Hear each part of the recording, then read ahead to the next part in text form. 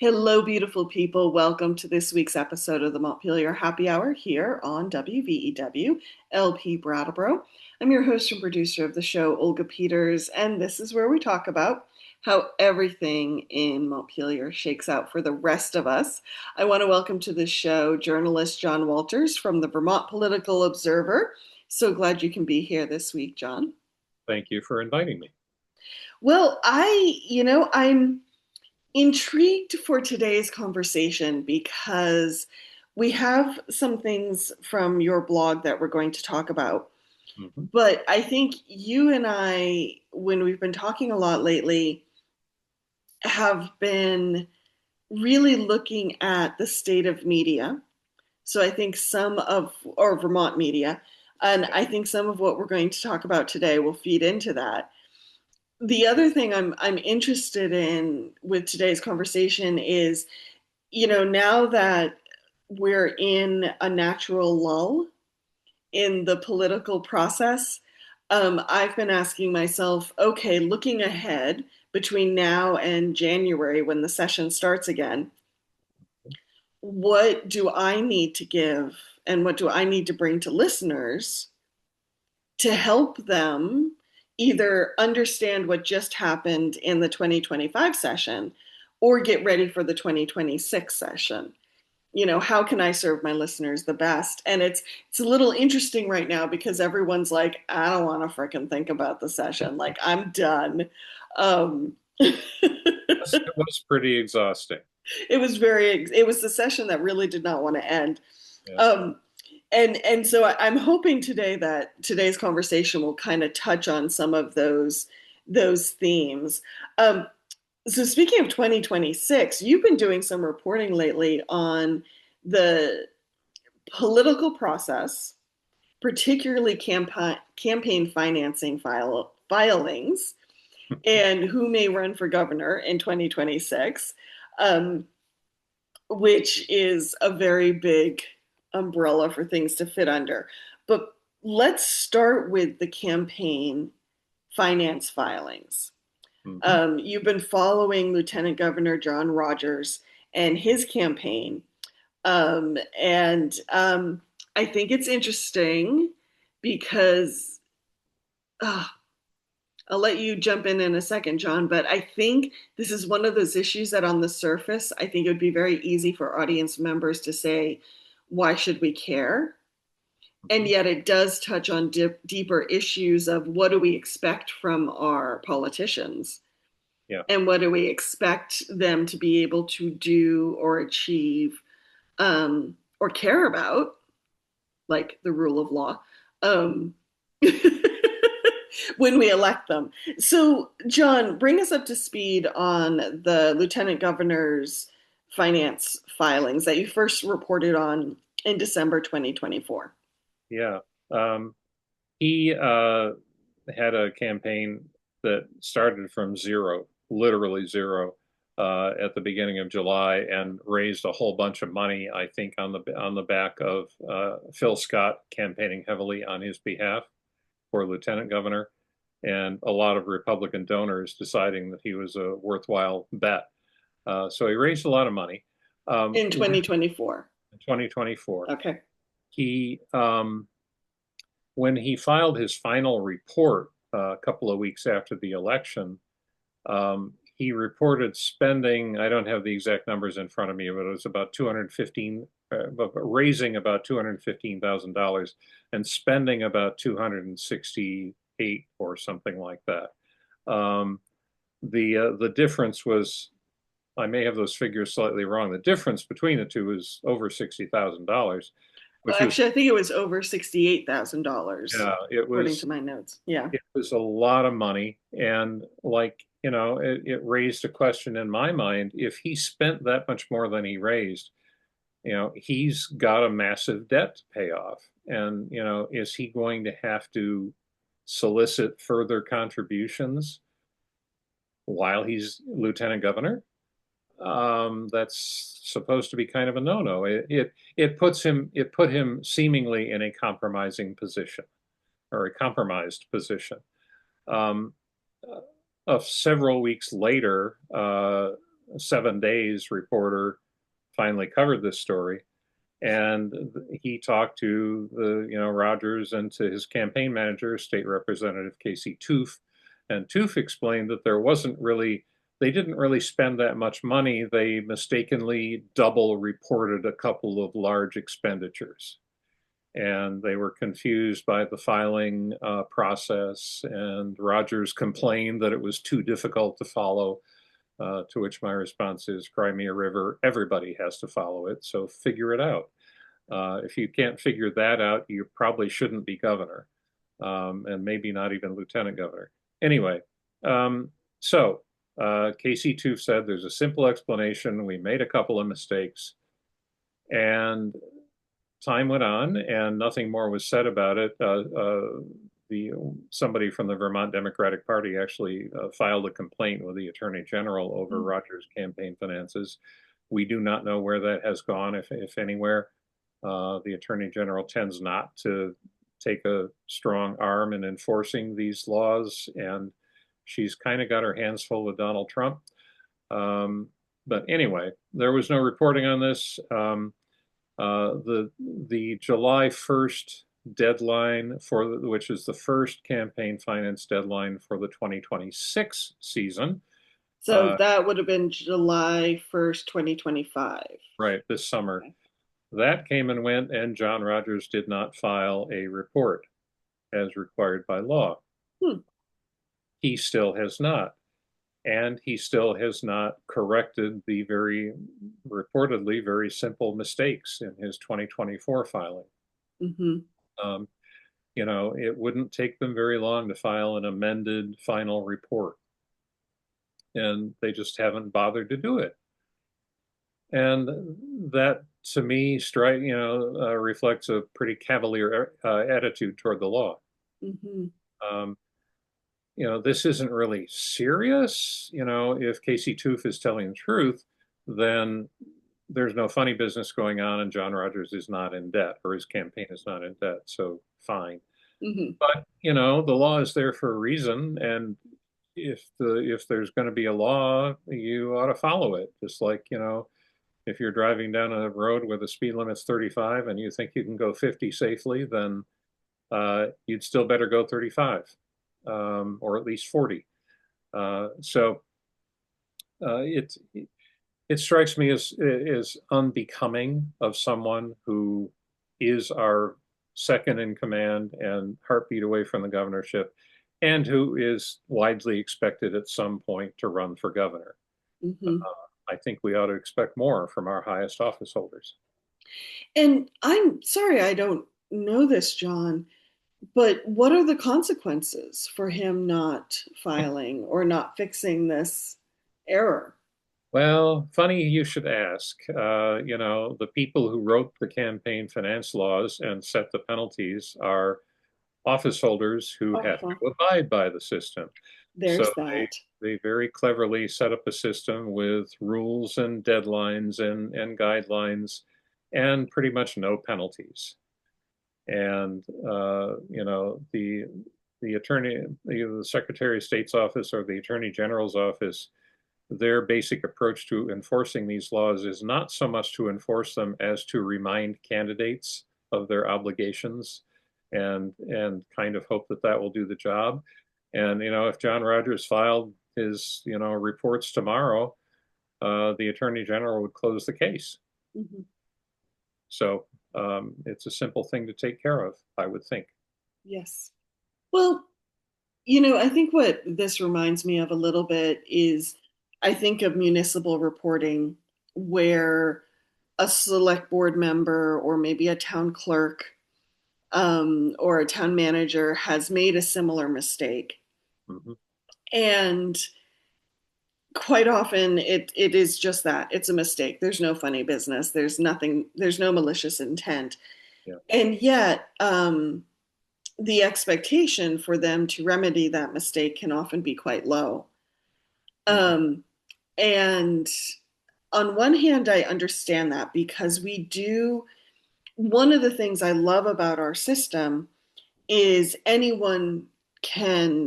technically anyone can run for office, pretty much. Um, Pretty much anyone can run for select board, put their hand up for town clerk, that type of thing. And I love that about our system. The downside, however, is it doesn't just because someone runs for office doesn't mean they have the skill set to run that office well, to manage select board meetings well, that type of thing. And unfortunately, I feel sometimes in an attempt, I see this especially with the public document right to know laws, open meeting laws. We want to give folks who are not professionals um, the leeway to make mistakes. And yet, I think sometimes in that good, well meaning effort, it creates squishiness where Mhm. then it's like, eh, so what if something from 2024 wasn't filed properly? So what if we missed a July 1 deadline? Um, and that I think just weakens the system across the board. Yeah, yeah. I mean, that's why we've got state police in the, median of the freeway, doing a radar check on people going by. Hmm. Um, Except that they actually write tickets instead of just, waving their finger at the driver. Yeah, there are actual consequences to speeding where there may not be actual consequences to Yeah. you know, being a scofflaw with Vermont finance law. And in a lot of ways, our government from the town level to the even the state legislature is still a holdover from the days when we didn't really expect government to do a whole lot. Mm, It was small, it handled very little money, and the consequences for, mistakes or whatever were not that great. And now we have much higher expectations of what our government is going to do. And, the system it's working okay for the most part, but it's not really set up for the demands of the 21st century. the Uh, complexities. we saw that recently there was a story about the fact that, last year the legislature extended the state ethics commission's purview to include local government. And that didn't mean enforcement. They don't have enforcement powers, but it does mean taking complaints and referring them to other agencies and also receiving requests for ethics advice from local office holders. And, there are a lot of earnest people in local office who just don't know exactly what they should and shouldn't do. Um, but at the same time, the legislature expanded the ethics commission's remit, but they didn't appropriately expand the resources for the Mm, ethics commission. So the hmm. commission had to effectively stop considering complaints or requests for ethics advice from local governments or local residents. So that's another way in which we often try to get by with government on the cheap, and occasionally we pay the price for it. It's a good point. It's a very good point. Talk to me a little bit about the 2026 campaign. Mm. You've been, actually, no, I want to go back for a second because about the time you were writing about John Rogers, I think it was, I think I saw the story in Digger. If I've got that wrong, I apologize. About Becca Ballant and her PAC and corporate funding and everything like that, and how Becca has said, "I will not take corporate funding." Right. And this article kind of was questioning that with Well, some of. So I guess my question is what's the difference between, or are they completely different? Should we be putting John Rogers and Becca Balance funding snafus in the same category, or yeah. Well, ballot is not in violation of the law. Uh, that and is a difference? and she has reported everything as required by law, and that's why Digger was able to write this story. Um, Fair enough. what she has done, as many politicians do, Peter Welch does, Bernie Sanders does, they have their own campaign fund, and they have what they call a leadership pack, which is they gather money and help support other candidates. It can help a lot if somebody with the fundraising power of Bernie Sanders has money, has a pot of money that he can give to, like-minded Democratic Socialist candidates elsewhere. Hmm. It also is a way of raising your level of influence in Congress if you have resources that you can share with your fellow members or with, aspiring members. Hmm.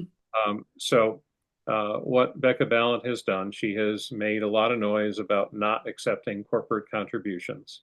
And she does not accept any corporate contributions to her own campaign fund. But she has accepted a small amount of money from a few corporations for her leadership pack, Hmm. which that money then is funneled on to like-minded candidates, not to her. So, Digger pounced on this as Balint kind of being hypocritical. Hmm. And in a way, she kind of is. She's making a big deal about not accepting corporate contributions, and she's not, but she's treating her own leadership pack differently. Right. And one could argue Bernie Sanders doesn't make that distinction. He does not accept corporate money for either. Hmm. Um, one could make the argument that Becca Balint is being a little bit hypocritical here, that she is not as consistent as, say, Bernie is with her principle. Um, that might be true. I don't think it's particularly scandalous. If she had raised a huge amount of money from corporations, if she'd gotten like $1 billion from Elon Musk or something, then that would be different. I think the total amount of corporate money was something like $13,000. Sounds Um, about right. Yeah. so it's a small point. Um, it is not in any sense illegal. Um, you can, to me, it was Digger kind of making a mountain out of a molehill. And the fact that Digger has never even once written about John Rogers' campaign finance, is kind of a striking contrast to me. Hmm. Uh, so, that's how I feel about that. Your mileage may vary. Well, thank you. Well, since they did come out at the same time, your story and Diggers, I think it's an interesting question to ask yourself is like, what's the difference, Yeah. if any? Okay, so circling back to the 2026 campaign, it's something you've been watching Hmm. and you've been wondering who the Dems will put forward. Yes. And I'm curious, why is this grabbing your attention right now? Well, I mean, they have been struggling with this since 2017. You know, they have not, none of their top office holders have chosen to challenge Phil Scott. So we have had a series of candidates who were worthy in their own rights and had credentials to offer, but didn't have anywhere near the statewide visibility or name recognition or track record or fundraising prowess required to take on an incumbent governor.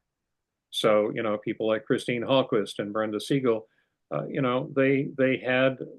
they were not bad candidates. They just were severely, restricted in what they could accomplish, Mhm. and they had basically no chance to beat Phil Scott. So the Democrats have had this problem where they really haven't mounted a serious challenge to Phil Scott, which means that he basically goes unchallenged in terms of his agenda and his accomplishments. Nobody's really, seriously put him to the test since 2016. Um, so it's, I am the most crucial question for the Vermont Democrats for next year is, are they going to be able to find a candidate for governor who can compete? And to me, that's a very short list. It includes, the three Democratic statewide office holders, Attorney General, Treasurer, and Secretary of State. Um, and perhaps you could argue former Lieutenant Governor Molly Gray. Um, Hmm. and that's about it, unless you got a real shocker move like Becca Balint suddenly, relinquishing her seat in Congress to run for governor or something like that. There was talk, I think, 4 years ago, of Peter Welch doing that, and Hmm. didn't. Um, so, there are those three, and they are the only three who have anything like a shot to put up a decent challenge to Phil Scott. And they kind of need to get an early start because they've got to raise a lot of money Good and point. start increasing their public profile. I mean, uh, Attorney General Charity Clark has increased her public profile by joining multi-state lawsuits against Donald Trump. Um, Treasurer Mike Pichak has spent a lot of time and energy, raising his public profile by, starting initiatives and making lots and lots of appearances and making lots of public statements. He's appeared at gatherings large and small, almost wherever anybody will offer an invitation. Um, but so, you know, the question is, will any of these three actually take the plunge and run for governor, not knowing at this point whether Phil Scott will seek a sixth term? Um, and, recently Secretary of State Sarah Copeland Hanses took her name out of the running by announcing very early that she was going to run for reelection. Um, and so that kind of leaves two. Hmm. And, whether again, if they choose to wait until Phil Scott makes his move, then they are going to block the path for anyone else to try to mount a serious challenge to the governor. So, and all this changes radically if the governor decides to retire. Right. But we don't know that, and he has made it clear that he won't make any announcement official until the end of the legislative session next year. Hmm. And that's way too late for anybody to start a campaign. Fair. Very fair. So Um, that's why I'm watching it. well, and I think you bring up a very good point. One of the great things about challenged elections, so often in Vermont we have unchallenged elections, Hmm. and the incumbent runs and nobody runs against them in the primary or the general, Hmm. and people just keep moving forward. But one of the great things about the a challenged election in my book is, as you said, it's really how we as the voters get to vet a lot of the issues and where our leaders stand on issues. Yes, Governor Scott has his press releases, and yes, he has his press conferences, but he's not being challenged on his positions in the same way he would be during an election. And so, yeah, that's a whole bunch of new information for people to consider. And there's not a lot of, I mean, his press conferences are much less well attended than they used to be because the press corps is so much smaller. Hmm. There's a lot less of a likelihood that he will be closely questioned. I can remember when Peter Shumlin was governor and the press corps was much larger. And you would kind of occasionally during one of these press conferences get a feeding frenzy where, Mm. reporters would follow up on a previous answer that seemed a little fishy. And, you kind of sometimes get this one reporter after another piling on and exploring a key point and putting the politician on the office holder on the spot. Hmm. And there just isn't a critical mass of reporters at these things anymore for anything. I've seen press conferences with Phil Scott that kind of started winding down about 25 minutes into it, and that included 10 or 15 minutes of whatever, puffery announcement he was making. Um, there just aren't that many questions. Usually reporters come in with a question they want to ask, Hmm. and they don't think of anything else. There's much less follow-up than there used to be. And so, the press conferences are not are much less likely to shed light on something that the governor doesn't want exposed. Mm, Um, and, the Democrats are severely hamstrung in this regard because, when they call press conferences, nobody shows up. When the governor holds a press conference, it's automatically news. There's something that will, feature on the TV news and right. usually will be written up by at least some of the print media. Hmm. But when the Democrats hold a press conference, Democratic, legislative leadership more or less gave up on holding press conferences because they got little to no turnout, and the reporters who did turn out may or may not write a story about it Hmm. unless Interesting. they saw more substance than, Democrats strike back at governor or Democrats unveil policy proposal or something like that. So Hmm. there's an imbalance which is made even worse by the fact that our media is so much smaller than it used to be. Well, on that note, we need to hear from some underwriters here on WVEW, LP Brattleboro. But John Walters from the Vermont Political Observer and I will return in a moment. Hello, beautiful people. Welcome back to the second half of the Montpelier Happy Hour here on WVEW LP Brattleboro. I'm Olga Peters, your host and producer, and I have been speaking with journalist John Walters, who is the force behind the Vermont Political Observer. And in the first half of the show, we were talking a little bit about campaigns and campaign finance, but I think what it really boiled down to was sort of the rule of law and who's actually paying attention to the rule of law, which will feed us into the second half of the show where we're going to be talking a little bit more about local media, which has been an issue that John and I have been really interested in lately. Before I do that, a couple housekeeping things. I want to thank BCTV for taking the video version of the show and sharing it with media centers around the state. John, do you remember what we have to remind listeners of? The opinions and views expressed by the host and guest on this program are their own and nobody else's, and especially not any of the entities that carry this program. So they are not responsible for anything that we say. I like your use of the word entities. That was a nice little flourish on the regular what is it called? A warning or a Disclaimer. disclaimer. There we go. Well, Um, I've been writing about media a lot, which means I have to open up the thesaurus a little bit and come up with new ways of saying organization or company or whatever. So entity is sort of when I'm tired of writing organization or outlet, then I will slip in an entity once in a while. I like it. I like it. It's got some pizzazz.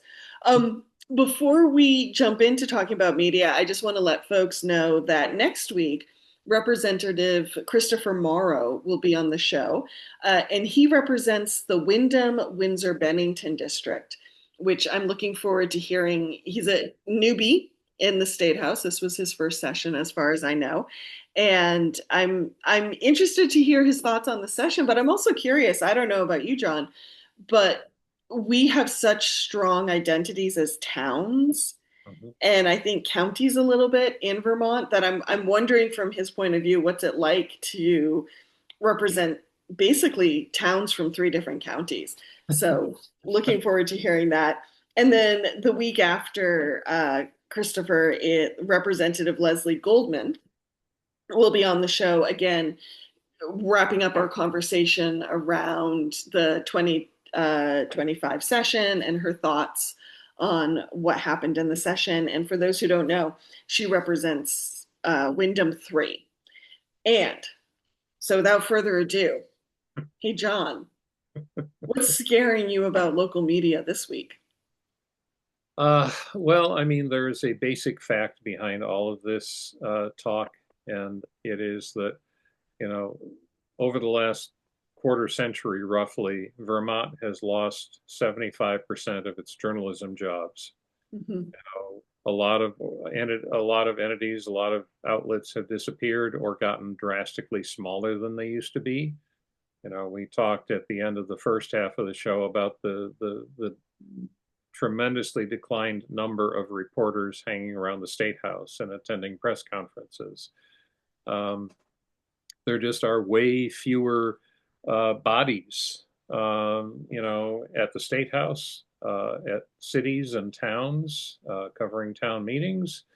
You know, you're lucky if you have a reasonably good local newspaper that publishes once a week that can cover those meetings. But there's just not a lot of bodies, and there's not nearly as much news coverage as there used to be. And I don't think we are aware of how much we have lost Mm, and how much we may be missing hmm. in terms of the stories that are not being covered because either nobody finds them or it's too difficult to dig them out. It takes too much time. And reporters who are lucky enough to have jobs at all are very much pressed for time. They need to produce stuff quickly and in quantity. And that means a lot less in-depth reporting, Yeah. which every time a news organization makes a cutback, they say, we're refocusing our efforts in order to do more in-depth reporting. And they never, ever, ever mean it. They're just trying to get by with less. Hmm. So, you know, that's the basis for all this. And I've found myself in recent weeks writing more and more about Vermont media because there are great outlets in this state, including some very, you know, uh, under-resourced, scrappy, you know, local papers like the Commons in Brattleboro and the Chester Telegraph and, you know, the Hardwick Gazette. I like to think I'm on their board, so I'm not an uninterested party there. The Bridge in Montpelier, uh, Mm, 7 days, and you know, 7 days has shrunk a lot from what it used to be, but they are still doing a good job of covering their community. yeah. And there are a lot of good, you know, local papers all across this state who all could use more help. But you know, there's a lot of good stuff out there. But at the same time, just the quantity just isn't there. And I think that's especially true of state government and state politics. We have seen VT Digger, whose original purpose was to cover state politics and state policy. They have spread their resources around. They've had to make cutbacks, and they have spread their resources around to the point where they have reporters in several different areas of the state. Um, they just started a new initiative called Dirt Road News, which is meant to try to extend their reach more into local communities around the state and rural communities and young people who are underserved and are under consumers of news frequently. Um, so Digger is trying to spread itself out, even as they have had to, you know, cut back on their total number of resources, which means their attention to state government is a lot less than it used to be. Um, and I don't like that as a reader of Digger and as a monthly contributor to Digger, but that's the choice they've made. Um, the fact overall, though, is that we are desperately short of news coverage pretty much everywhere in Vermont. And you know, various news organizations are trying to reinvent themselves, many of them as nonprofits. The Commons was a pioneer in the nonprofit realm. But you know, I've been reading a lot about this. I'm on the Hardwick Gazette board, which means I have a personal and professional interest in this question. And what I found is that there are a lot of very creative people, very energetic, very dedicated people everywhere, including many of them in Vermont, who are really trying their best to reinvent journalism. And so far, nobody's found the magic bullet. And everybody is trying to find a way.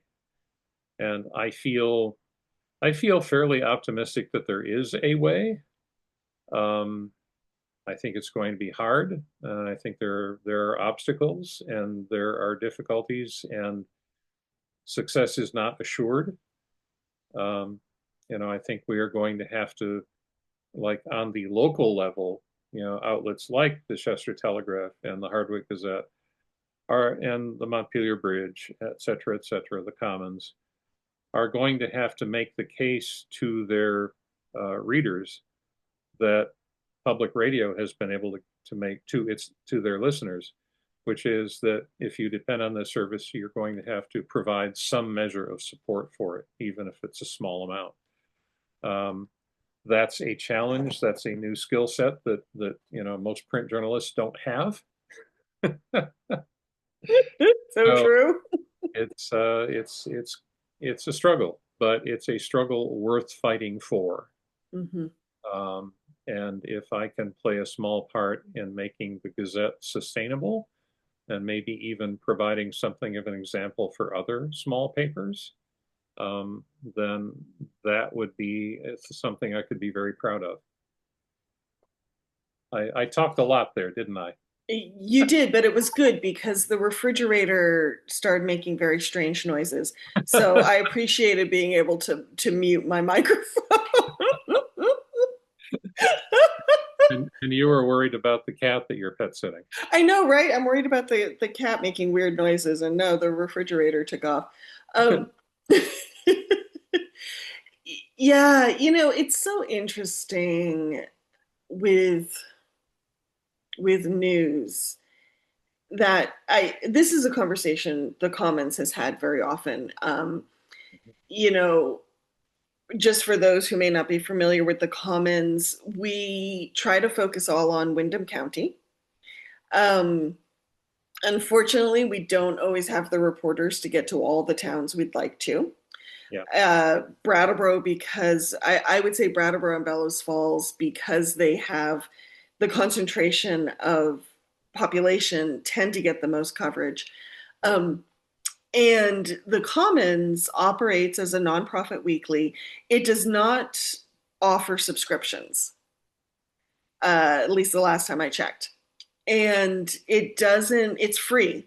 You can pick it up at drop spots all over the county, and even a little bit, I think, over in Bennington, Keene, New Hampshire, and Greenfield, Mass as well. And a lot of folks will say, well, if you need more money, just charge subscriptions and don't have the free drops, which is a perfectly good economic argument. The Commons has decided that news is a public good, Mm-hmm. and therefore it needs to be available to everybody, whether or not they can afford it. And that's why we have, at least up until now, remained a free newspaper. And Well, it's some. there's also a commercial argument for leaving it free, which is that you get more readers that way and wider distribution, and that makes the Commons more attractive to advertisers. That is a very good point. Thank you. I forget that side. But just to bring it back, I personally support that approach. And yet I also understand that there is this conflict between the amount of infrastructure to do a really good news coverage, the Mm-hmm. amount of infrastructure you need, and the amount of human capital you need is more than perhaps a free paper can deliver, right? Without a lot of community support. Yeah, Um, 7 days has made a go of it for a long time because they are in a city that has a lot of entertainment, a lot of dining, mhm, a lot of events, and that's their core advertising pitch. mhm, They have a calendar of events that's a draw for readers. Readers yes, who don't even read the articles will pick it up just to have the calendar around for the rest of the week.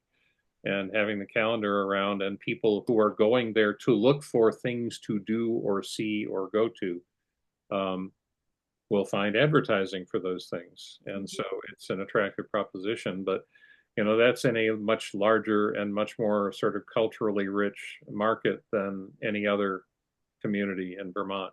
So mhm. you can't get the same kind of value proposition in Brattleboro or Hardwick, Yes, for instance. yeah. I think there's more people in Burlington than there may be in all of Windham County, or Probably. close to it at least. Hardwick is our biggest town and it's under 3,000 people. Hmm. So, yeah. So, I guess the question for you, John, as you're diving more and more into local media and the need for it, and I do agree. I think the need for local coverage is as important as anything the national or international papers cover. You need to know where your select board's putting the tax funding. You know, you want to know if the select board's not spending things well. Um, But oh, one of my favorite genres of local reporting is the, local government body goes nuts. well, those are kind of fun moments too. You go to Yeah, admit. you get that. You get that once in a while, and since I read all the local weeklies I can get my hands on or find online, more to the point. I come across those and always enjoy reading them, even if I have no idea who these people are or what they're so upset about. But that's the thing that nobody would ever know. I mean, if you didn't have a local paper and you depended just on the published minutes of a meeting, you know, the arguments and the debates and the personality clashes, which are legitimate in terms of your decision making as a voter, Hmm. who you want holding those offices, you would never know about. Yeah. I there are a few papers around Vermont that don't do their jobs very well.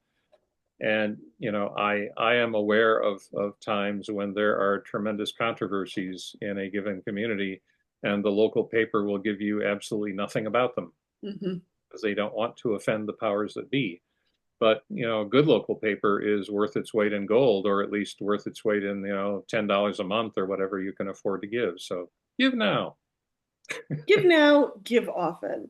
Yes. Um, and I apologize to any of the video watchers on our YouTube page. I I got caught off guard with how the sun is moving around the house, and so I apologize. I'm trying not to burn out the image too badly. Um, so I guess there's so many, as you said, so many smart people trying to solve this issue. And yes, you put the finger on the big one. We need community support, whether that's advertising, whether it's grant funding, whether it's donations or subscriptions. Yeah. We need that. But I guess the other question I ask, and I came to the news industry 15 years ago. Mhm. You have been in the news industry much longer than me, and it has changed quite a bit for both of us. Yeah. Um, I worry too about the industry that it needs to be a career Yeah. that someone can live off of and meet their goals, whether that goal is to buy a house or to have a family or whatever. Um, and I worry that the way the local media has been stripped down so much that the only people who will be able to afford to be reporters will be independently wealthy. Which is not the end of the world, but if we I think if we want a newspaper that reflects a community's multiple perspectives, it helps to have multiple perspectives in the newsroom. Hmm. Yeah. Yeah. And, if you have a newsroom like, the Hardwick Gazette's, the paid staff includes basically three part-timers. Mm-hmm. Um, our editor and publisher is not drawing a paycheck right now. Hmm.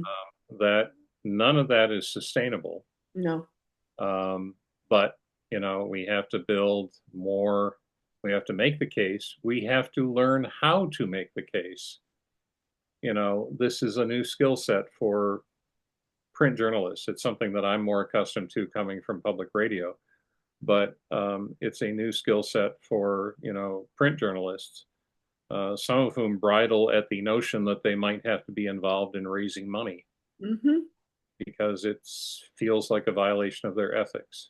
I admit I can fall into that camp pretty easily. And I can understand that. I have never felt that way because I was in public radio and I had to like read the news and then go back on the air immediately and ask people to give money. Hmm. And I found ways to do that that I felt comfortable with. Um, but it's just, I mean, we don't really know how to effectively raise money. Hmm. We don't know how to, in the case of the Gazette, it's probably going to require, you know, some ad revenue, some general reader support, either giving $50 once a year or, giving $5 or $10 a month, which some people do, and that's great. But it's also going to involve reaching out to people in the community with the means to give large amounts of money, four figures or more, Hmm. uh, and identifying those people and networking with those people. Um, and there are a lot of them, especially in Vermont, who are very civic minded Hmm. and who see the value in journalism. Um, they are out there and they are willing to support, but we are feeling our way toward, connecting with those people and bringing them into the operation. Traditional newsrooms also have been kind of set aside from the community. They are in some ways in the community, but in some ways they keep a church-state difference, Hmm. a distance, in order to preserve their independence. Hmm. If you're going to be a nonprofit, you are going to have to be a community-oriented and community-engaged enterprise. Yeah. And that requires a different way of dealing with your readers and your supporters. Hmm. Um, and it's a new skill set. And there are organizations out there. There's a lot of foundation money going into developing nonprofit journalism. And there are organizations trying to develop these programs and share skills and share resources. And that's extremely helpful. Um, there's also a lot of money being spent by large institutions on efforts that are never going to help a newspaper the size of the Commons or the Gazette, because they're at 30,000 feet and we're down in the trenches. And that's something that worries me about the whole enterprise of reinventing or inventing nonprofit journalism as a force. That's one of the issues that I'm concerned about. Hmm. You know, there's a lot to be concerned about, and anyone who depends on the news to inform their votes and their views of local issues um, they can't anymore just wait for the paper to show up on their doorstep or in their coffee shop or their co-op. They need to be an active part of the enterprise as well. Hmm. So, um, which we're coming back around to donate to your local paper. Well, We have at the Gazette, we have about 700 or 800 people a week we have about 1,800 people who receive our weekly email summary of what's in this week's issue. right. There are about 700 or 800 who just about every week click on at least one article. And those are people who depend on our paper to learn what's going on in their communities where there would otherwise be little to no news coverage at all. And they have to realize that they need to be part of the enterprise if this is going to work. Yeah. So It's been interesting in the last several years, especially as print journalism, as far as having a physical printed mhm. newspaper has diminished. There's been a lot of conversation about how do people get their news? Is it Twitter? Is it Facebook? Is it Blue Sky? Is it, you know, fill in the blank here? And I still feel that that's an important conversation. But I think what gets lost in that conversation is everything that comes before how someone accesses the news. Like, how's the newspaper keeping the lights on? Hmm. how many reporters are they, able to afford, and can those reporters afford to have vacations? And a 401k would be nice. Um, and so there's just so much around the news industry that needs to be rebuilt in some way, shape, or form before we even get to whether someone's using an iPhone or a computer or an Android. Yeah, I mean, in some ways, the Gazette is currently not a print publication. We put out all our news in one chunk, every Tuesday night, Wednesday morning, and we make up a PDF so that people who like to look at something that looks like a newspaper can leaf through the pages. But we would like to go back to print because there are a lot of people in our communities who don't even know the Gazette is still there because Right, it stopped printing and it right. was in their store, in their coffee shop, in their restaurant, waiting for them, in their library. Um, and also because, as we said earlier, it's a value to advertisers to have a print paper that people keep in their house and refer Mm-hmm. to more than once. Um, so we would like to do that. We have heard of cases where papers in other parts of the country have returned to print and made money at it, but that Mm-hmm. requires a robust ad sales operation, Yeah. which is another thing that in the good old days or the bad old days, people newspapers had entire sales staffs, and we don't have that anymore. So it's it's being creative, it's being nimble, it's being inventive, and responding to challenges as they come up, and fighting the good fight. And fortunately, there are a lot of people in local journalism who are dedicated to fighting that fight. They could make more money doing something else. They could build a 401k doing something else, but they want to report on their own communities. And so that's a great thing. It's a great thing. There are many parts of the countries where local newspapers, local weeklies have just died Yeah. or been swallowed up by large corporations with no interest in doing anything besides, having just barely enough content of any quality in order to support the ads that they sell. Mm-hmm.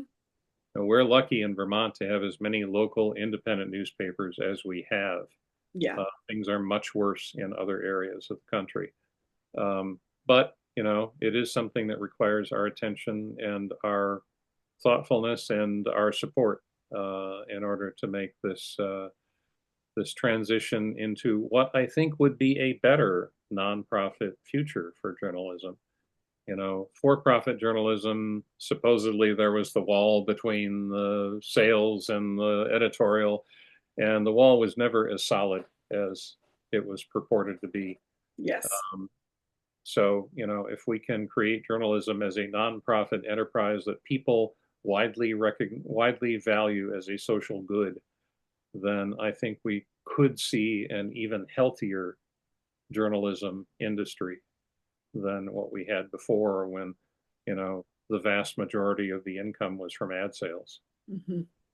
Well, and we're almost out of time, but I'll say this, one of Vermont's strengths is our sense of community, Hmm. and that we put a lot of emphasis on preserving and protecting community.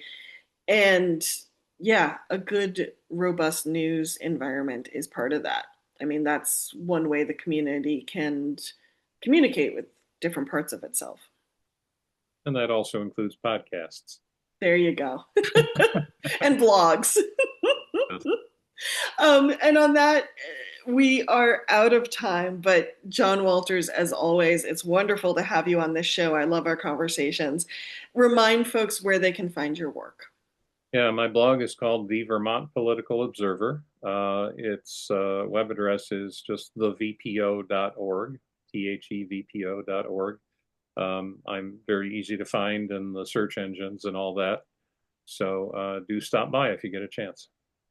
Thank you. And as always, the Montpelier Happy Hour is on WVEW LP Brattleboro every Friday at 2 and rebroadcasted every Wednesday morning at 8:30, I believe.